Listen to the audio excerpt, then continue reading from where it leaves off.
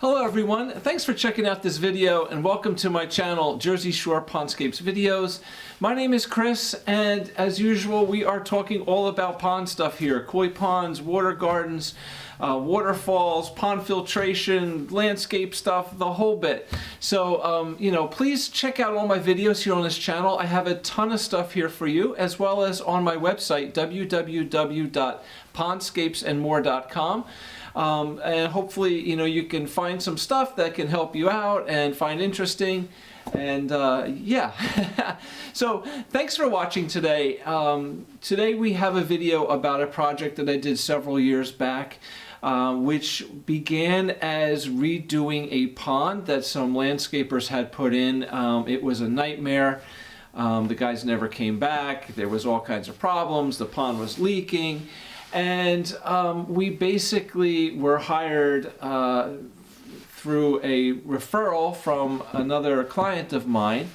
And the homeowner at the time was a pretty hesitant, I should say, to hire any more people because the people that he hired the pond for did a bad job.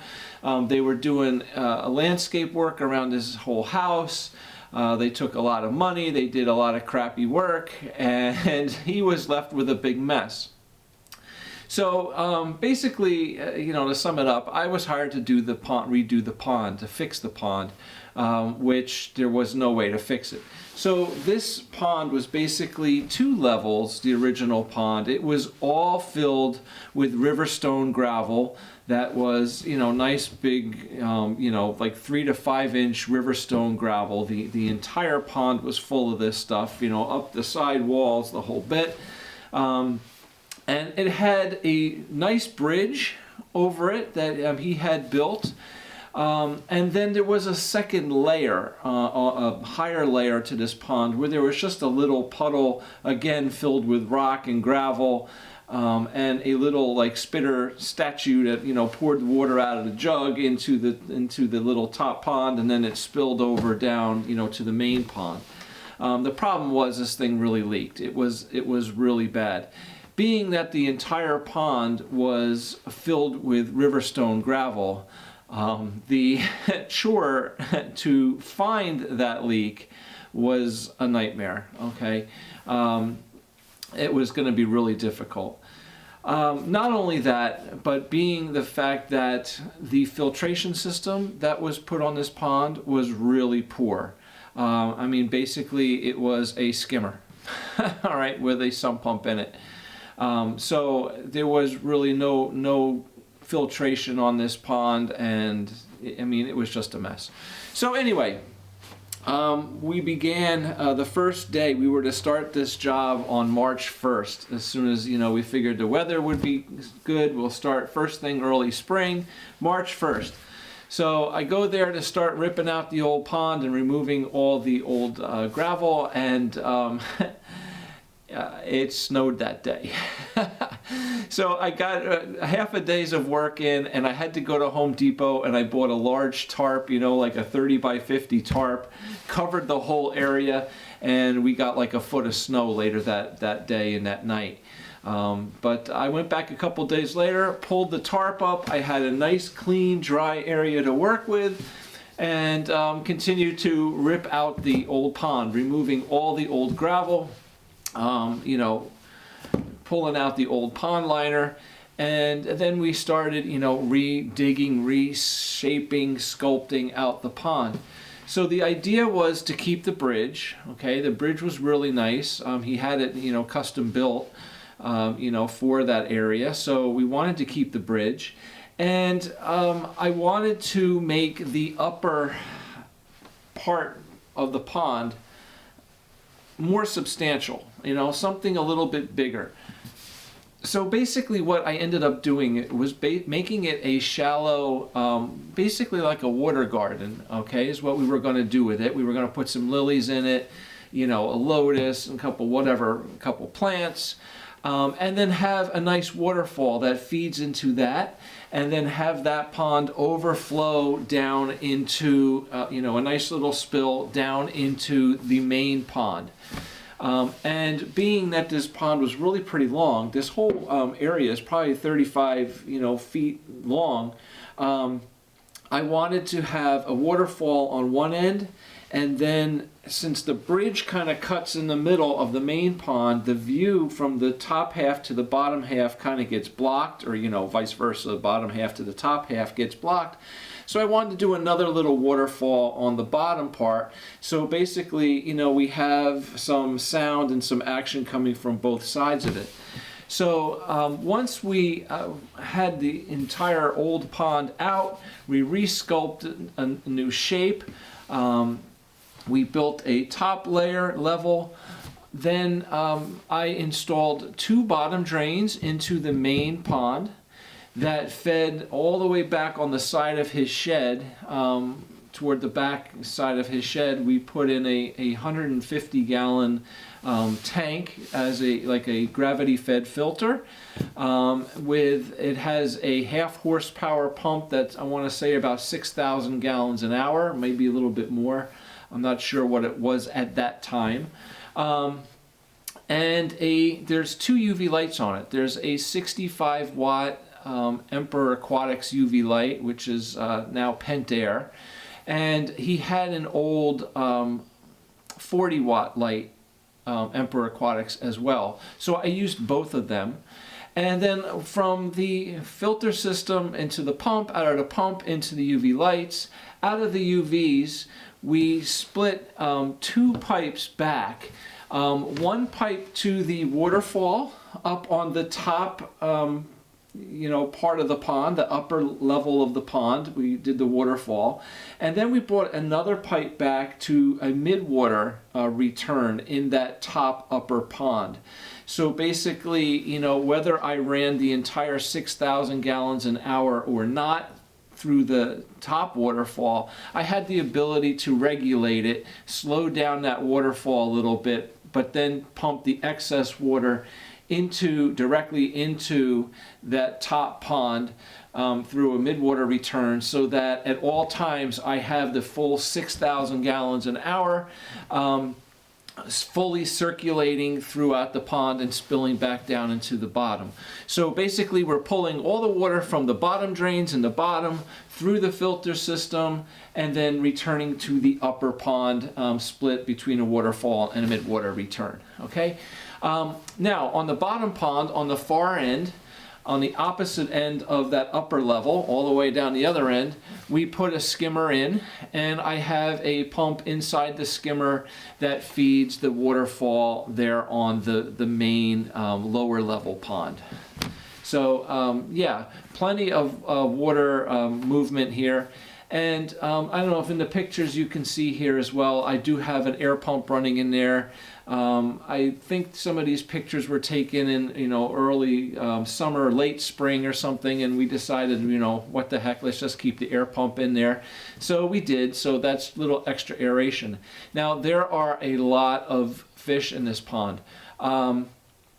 Over the years, the fish he had have grown and grown and grown. And there's some, pretty large koi in here. So there's a whole mix of larger koi as well as some babies that were born there as well. Every year, he ends up with a few more babies. So yes, this pond is supporting quite a healthy amount of fish in the pond. But they're great. The owner loves the fish and loves his ponds. Once we got done building the pond, he wanted me to finish the landscape work around his house that his landscapers had dropped and left behind. Quite honestly, the landscaping that was there there was really no, I don't know how to say it. It looked horrible. There was no rhyme or reason to the plantings. There was no groupings that made sense. It literally looked like a lot of the trees were just, dropped off the back of a truck and just planted randomly wherever. There were large spruce, Norway spruce evergreens planted, 3 feet from a window. It just didn't make sense. A lot of stuff mixed up. So I agreed we would do the landscape work, and basically what I did was dig up everything that was planted, removed it all, just pulled it out, pulled it aside. I bought another truckload or two of plants, and we replanted the entire landscape on the entire property, front yard and backyard. It was quite a project. At the same time, he was having a big pool built. He had a big, like, natural stone, a patio done all around the pool. And he wanted a waterfall on the pool as well. And he had asked me to do the waterfall, and I did not want to do that. I refused to do it. And he kind of got upset with me because he couldn't understand why I wouldn't do it. He goes, I want you to do it because, your waterfall in the pool will match the work you did on the pond and all this stuff. And I didn't want any part of it. Reason being, the waterfall on the pool was an afterthought. Okay, the pool wasn't structured to support this big waterfall. There was no plumbing specifically set up for it, and I knew that it was just going to be something I didn't want to be involved in. So we hired another landscaper, and they built this big, huge waterfall in this pool, which looked like a big staircase, maybe 6 feet high, maybe 8 feet wide, and it just was a big staircase. To me, it looked pretty blah, right? Not very natural looking. A staircase is not all very natural. And then he hooked up this pump he bought a 5 horsepower, like industrial, like big pump, because he needed a big supply of water to go down this 8-foot wide waterfall. And he had it hooked up to an 1.5-inch pipe coming from a skimmer. Well, he started that pump up, and the pump was surging and vibrating and bouncing all over the concrete pad, and there was hardly any water coming out the other end, and they couldn't figure out why.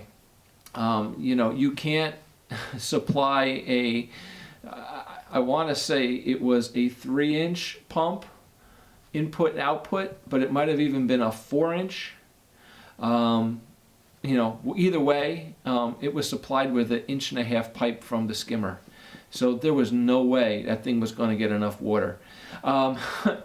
Then he took it back because I told him, the pump's too big, you can't do that. So then he came back with a 3 horsepower pump. It had the same problem. They had to redirect all of the plumbing filter pipes from the pool that went to all the pool filtration into this waterfall pump, and split it all up with valves and stuff. It was a mess. Bottom line was, he couldn't run his pool filters at the same time that he was running the waterfall because all the water had to be diverted.